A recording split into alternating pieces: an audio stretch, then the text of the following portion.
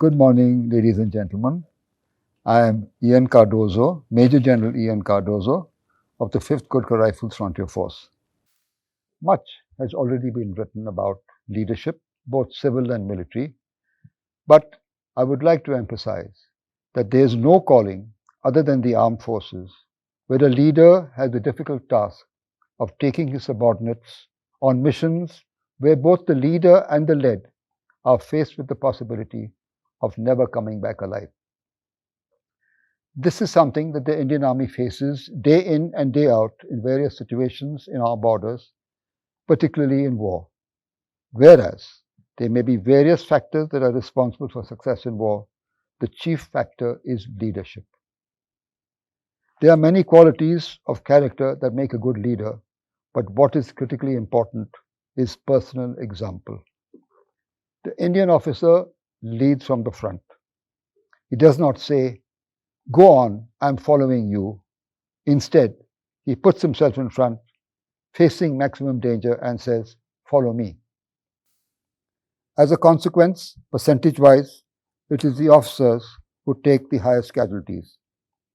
In my own battalion, the 4th Battalion, the 5th Gurkha Rifles, we started the 1971 war with 18 officers, and in a 14-day war, 4 got killed, 7 got wounded, and only 7 survived. You are about to watch two great battles fought in East Pakistan then, Bangladesh now, by the 4th Battalion of the 5th Gorkha Rifles, commanded by Lieutenant Colonel A.B. Harolikar, got a Mahavir Chakra for the liberation of Bangladesh. The first is the Battle of Atgram and then the Battle of Sylhet, where the Gurkhas were heli lifted into enemy territory. This battalion took among the highest casualties in the war. Major General Ian Cardozo narrates both the stories on behalf of all the officers and men of the battalion. He participated in the Battle of Sylhet as the 2IC straight out of Staff College, joining the battle on the 8th of December morning when he was heli-lifted. Watch the map carefully. Bangladesh is a beautiful riverine country. The Ganga and Brahmaputra meet up to form the Padma, and to its east is the mighty Meghna. These two envelope the capital Dhaka, and the area is called Dhaka Bowl. As terrains go, it is a military person's nightmare, with rivers, water bodies, nalas making warfighting very difficult. This is why it was called the Sapper's War. The Indian Army, Navy and Air Force coordinated brilliantly in the war effort in Bangladesh.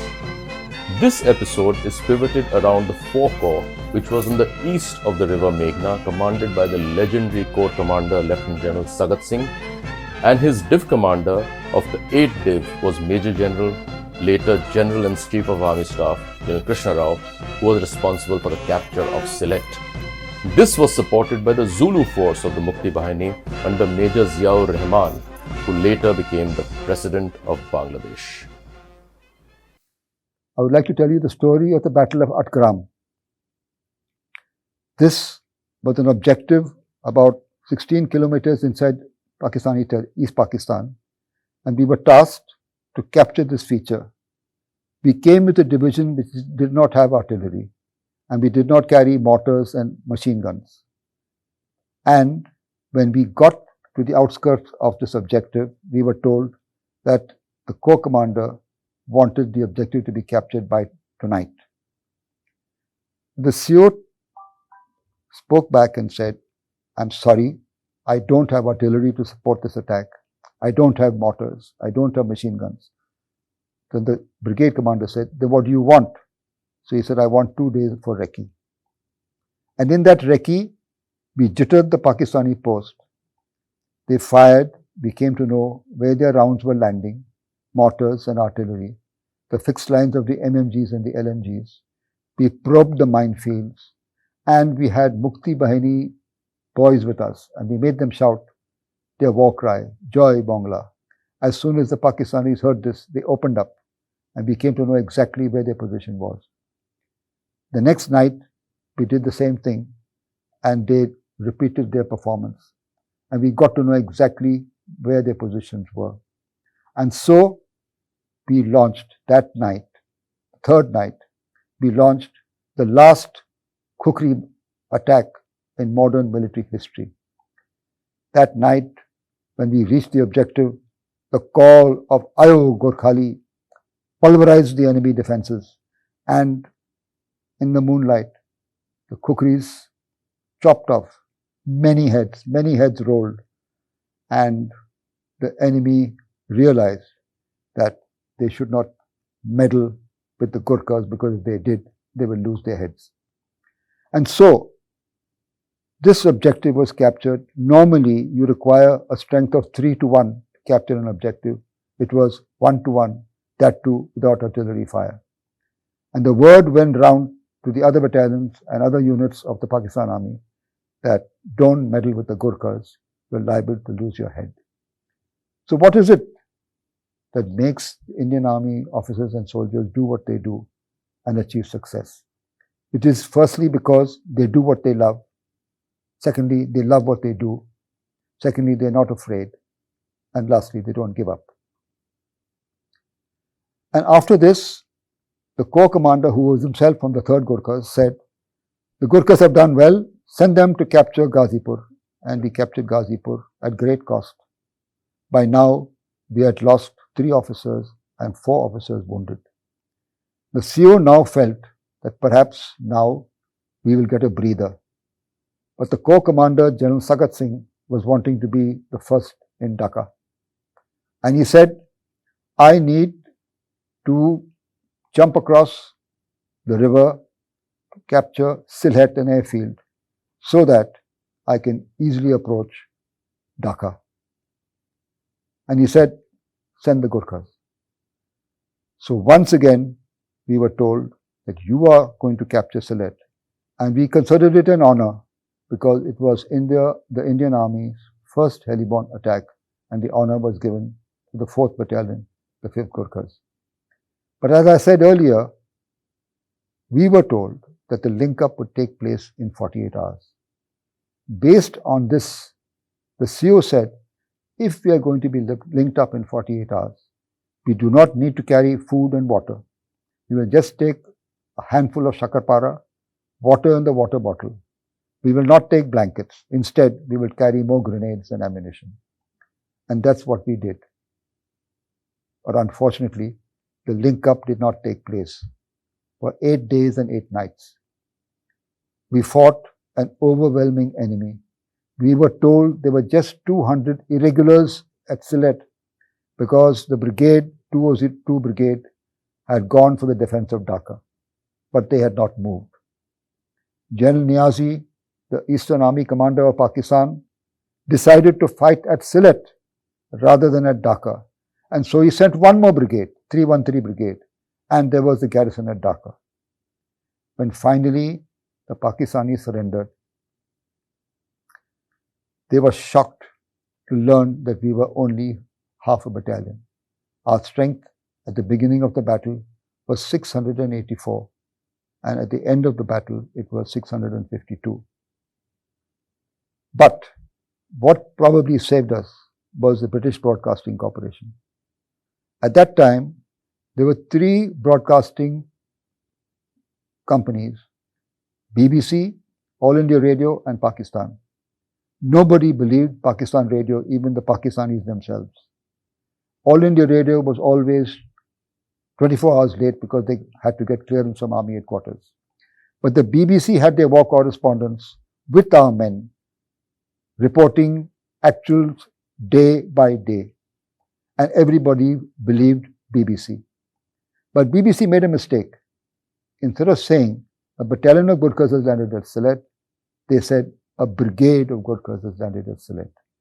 And so we decided to pretend that we were a brigade. And at the end of 8 days of fighting, when they came to surrender, they said, we would like to surrender to you today. But we had so little ammunition left that the CO said, if they come to know we are so few, what will happen? So he said, we will not accept your surrender. We have no orders to accept your surrender. Come tomorrow. And when they came the next day, and we told the brigade commander, please come for God's sake and take the surrender. So he came in a chopper the next day. And the Pakis said, who has come in this chopper? And we said, the brigade commander.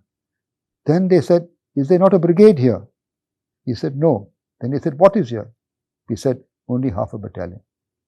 They were mortified that they were fighting only half a battalion. And we got the surprise of our lives because there were 3 brigades, 202, 313, and the Sylhet garrison. 3 brigadiers, 2 full colonels, 173 officers, 290 JSUs, and 8,000 troops surrendered to 652. So what is the message? The message once again is, do what you love what you do, never be afraid, and never give up. The highest standards of leadership are required to do the impossible. In the Indian Army, there is a saying, the possible we do immediately, the impossible may take a little more time. It is also important to know that the Indian soldier is the best in the world. He endures hunger, thirst, extreme heat and cold, fatigue and no rest without complaint, because he knows that his officers are undergoing the same privation that he and his comrades face, and that the officer will never put his men in harm's way without good cause. I would like to share with you the Indian Military Academy motto, which says, the safety, honor and welfare of your country come first, always and every time. The honor and welfare of the troops you command come next. Your own ease, welfare and comfort come last, always and every time. In other words, it means country first, people next, self last. During the 1971 war, after the Battle of Sylhet, when a whole lot of Pakistani men surrendered to my battalion, I went across to check the welfare of our prisoners. Before that, I would like to tell you that this battalion launched the Indian Army's first heliborne operation across enemy lines. We went over 100 kilometers deep into enemy territory. But since the helicopters were not enough to lift the whole battalion and we could not carry heavy loads, the CO decided that he would not take blankets, not take food and water, but take additional ammunition. This was because he was guaranteed that the link-up would take place in 48 hours. This did not happen, and so we had no blankets. It was bitterly cold, it was winter. So when I went across to the Pakistani camp, POW camp, I saw a truck filled with blankets, and there was the JSO in charge. So I called the JSO and said, Saab, ये कंबल किसके लिए है? Store के लिए या आपको जवानों के लिए?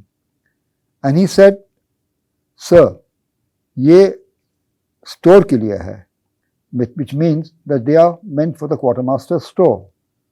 He then asked, do not your Jawans have blankets? So I said, Saab, we have not come here to sleep. We have come here to destroy you. He digested that. And then I said, after giving blankets to my men, will there be any more blankets left to give to my officers? And he said, Saab, what are you saying? Even the Indian Army officer does not have a blanket. So I said, Saab, अगर जवानों के पास कंबल नहीं है, officer साहिबान के पास कंबल कैसे हो सकते हैं? Which meant that if the men don't have blankets, how can the officers have a blanket? He came to attention and saluted me and he said, Janab, अगर हमारी फौज में भारत जैसे ऑफिसर थे, ये दिन हमने देखना था. Which in effect meant that if we in the Pakistan Army had officers like you have in the Indian Army, we would not have seen the humiliation of today. The Indian Army is also perhaps the only example in the world where men of different faiths fight shoulder to shoulder in all the battles that India has fought before and after independence. Hindus, Muslims, Sikhs and Christians work in complete harmony because every soldier respects the religion of everyone else. I would like to give you an example of what happened at the Battle of Dograe.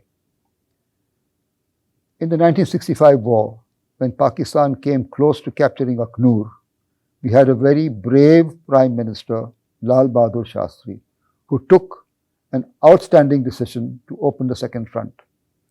And we opened the second front in Punjab. And we came across the Ichogil Canal and had to capture a locality called Dograi. The battalion was a Jat battalion. It was commanded by a Christian officer, Desmond Hayde, Lieutenant Colonel Desmond Hayde. The troops were both Hindus and Muslims. They crossed the canal and they captured Dograi and suffered severe casualties. But unfortunately, the rest of the brigade could not link up with them, and so the battalion had to be called back.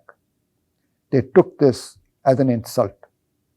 And then they said, the CO said to his men, "This is an insult which the battalion cannot accept. We need to capture Dograi again, and many more men will die, and I may also die.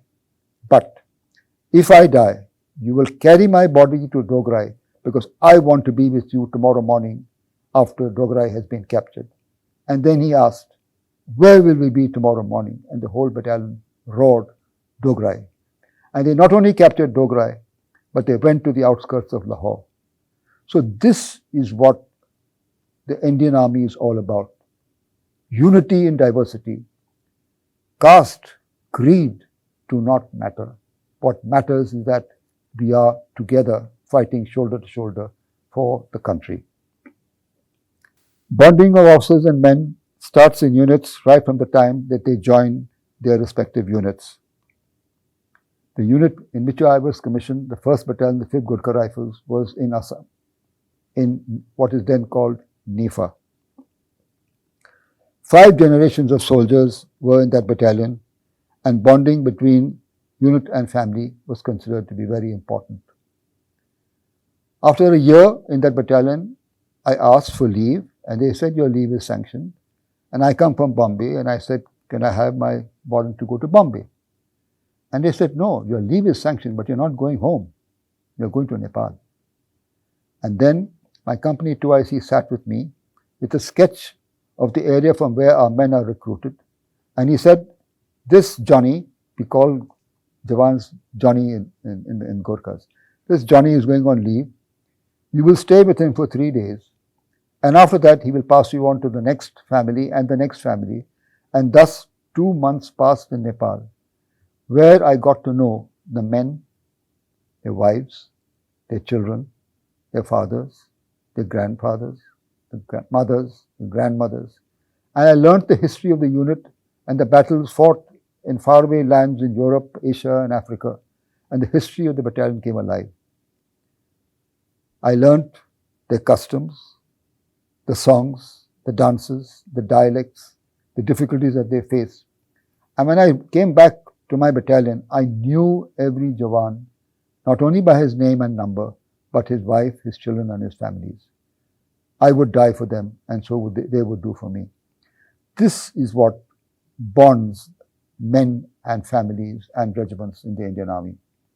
And there's another story of another Jawan of the same battalion. He was killed in Sri Lanka.